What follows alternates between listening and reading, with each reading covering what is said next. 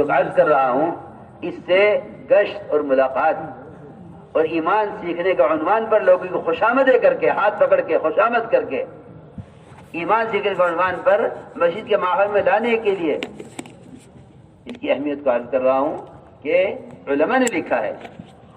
آپ ذرا غور کریں نا. ایک آدمی محلے میں ہم میں سے جو بیٹھے ہوئے ہیں ان میں سینکڑوں لوگ ایسے ہوں گے جو نماز کے پابند ہیں لیکن گھر سے مسجد جاتے ہوئے خیال نہیں ہوتا کہ یہ دکاندار ہے یہ راہگیر ہے یہ کھڑا ہوا ہے انہیں سب کو نماز کے لیے چلو اپنے ساتھ. میں اپنی نماز پڑھ رہا ہوں انہیں اپنی قبر میں جانا مجھے اپنی قبر میں جانا. قبر کا مسئلہ بات کا ہے. اگر نماز چھوڑنے والوں پر عذاب آیا نماز چھوڑنے والوں پر اگر عذاب آیا عذاب آوے تجارت میں خسارے کی شکل میں عذاب آوے انہیں ان کو ان کے زمین سے ان کے ملک سے نکالنے کی شکل میں عذاب آئے ان پر مقدمات کی شکل میں عذاب آئے بیماریوں کی شکل میں تو نماز پڑھنے والے اس عذاب سے بچ نہیں سکیں گے. سیدھی سیدھی بات ہے. قرآن حدیث کے گواہ ہیں. کوئی نئی بات تو نہیں ہے.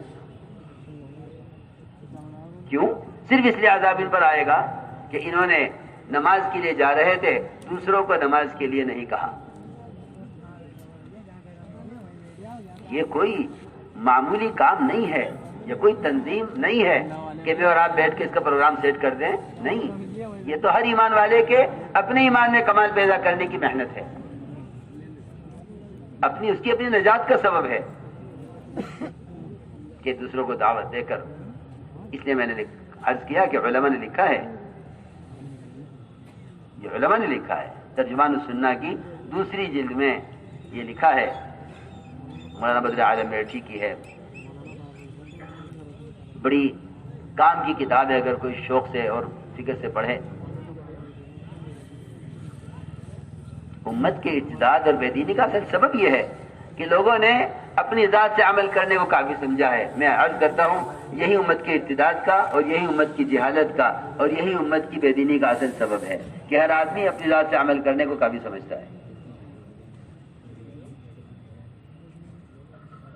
چنانچہ لکھا ہے ترجمان السنہ میں مولانا بدر عالم میرٹھی رحمۃ اللہ علیہ نے کہ جو آدمی اپنی نفس کی اصلاح میں لگا ہوا ہے لیکن دوسروں کو دعوت نہیں دیتا وہ دوسروں کا عمل پر آمادہ نہیں کرتا, لکھا ہے کہ اس کا ایمان کامل نہیں ہوگا. ہم یہ سوچتے ہیں کہ گشت یہ تو ایک مباح ایک مستحب چیز ہے. یہ مباح ہے, جی چاہے کر لو جی نہ چاہے نہ کرو, کوئی ایسا لازم ضروری نہیں ہے. آج تو موڈ نہیں ہے گشت کا, آج ضرورت ہی نہیں ہے گشت کی. ارے جب یہ گشت اور یہ ملاقاتیں ایمان کے حلقوں میں لا کر جوڑنے کے لیے ایمان کو غذا دینے کے لیے ضروری ہیں تو پھر تیرے جسم کی غذا کے لیے روزانہ تیرا کھانا کھانا کتنا اہم اور ضروری ہے. ذرا غور کر کہ آج کھانا نہیں کھانا, صبح بھی نہیں کھانا, شام بھی نہیں کھانا, کہ نہیں کھانا تو وقت ملنا چاہیے. ایک وقت بھوک نہ لگے تو ڈاکٹر سے کہے شکایت کر کے بھوک نہیں لگ رہی ہے, کیا بات ہے. جس ایمان پر سارے اعمال کی قبولیت موقوف ہے, جس ایمان پر دین پر استقامت ایمان کے بغیر نہیں, اس کے لیے کہتا ہے آج تو میرا گشت ارادہ نہیں ہے. میں یہ سوچتا ہوں کہ اس کام کو ایک ضرورت سے زائد چیز کیوں سمجھا. گشت اس ارادے گشت کیوں نہیں کرتا کہ مجھے اپنے ایمان میں کمال پیدا کرنے کی ضرورت ہے. میں عرض کرتا ہوں کہ اس گشت سے ایمان کی تکمیل اور ایمان میں کمال پیدا ہونا یہ ایک لازمی چیز ہے اور یقینی چیز ہے, کیونکہ ایک نہیں کئی صحابہ سے یہ بات ثابت ہے.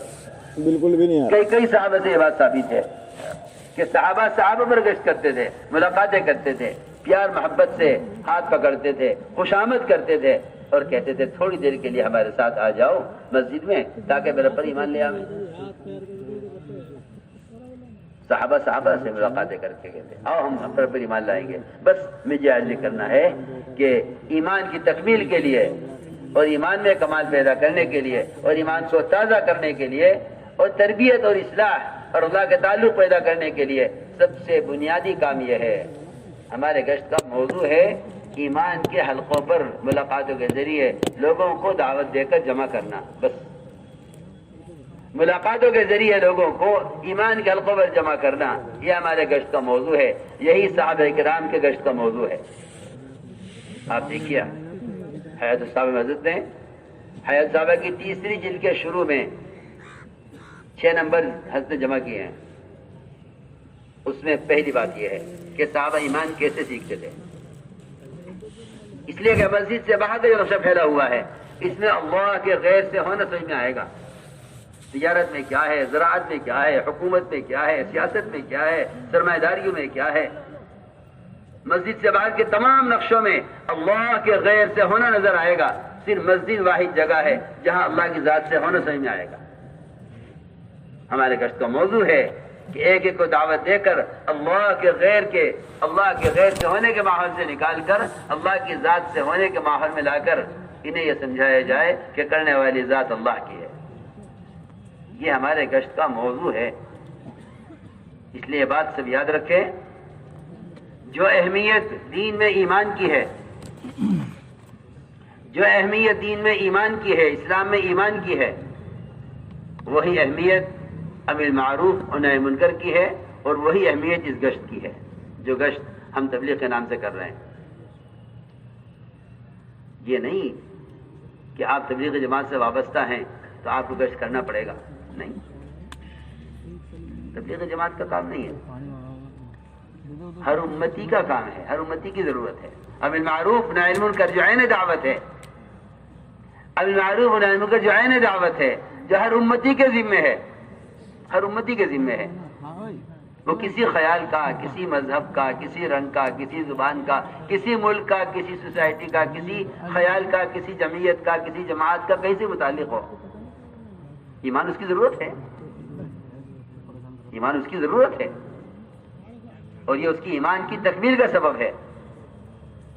اس کام کو کسی فرد یا کسی جماعت کی نظر سے مت دیکھو، اس کام کو دیکھنے کے لیے سب سے پہلے صحابہ کو دیکھو، اس کام کو سمجھنے کے لیے پہلے صحابہ کو سمجھو کہ صحابہ کرام کا کیا معمول تھا۔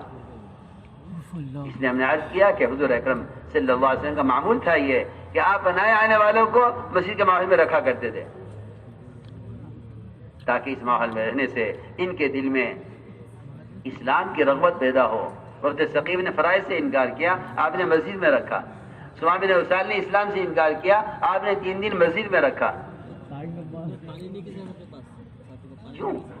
چور سے چوری ہو گئی تو آپ نے مسجد میں کے ستون سے باندھ کر رکھا، فرمایا مسجد کے اعمال اس کے دل میں چوری کی نفرت پیدا کریں گے۔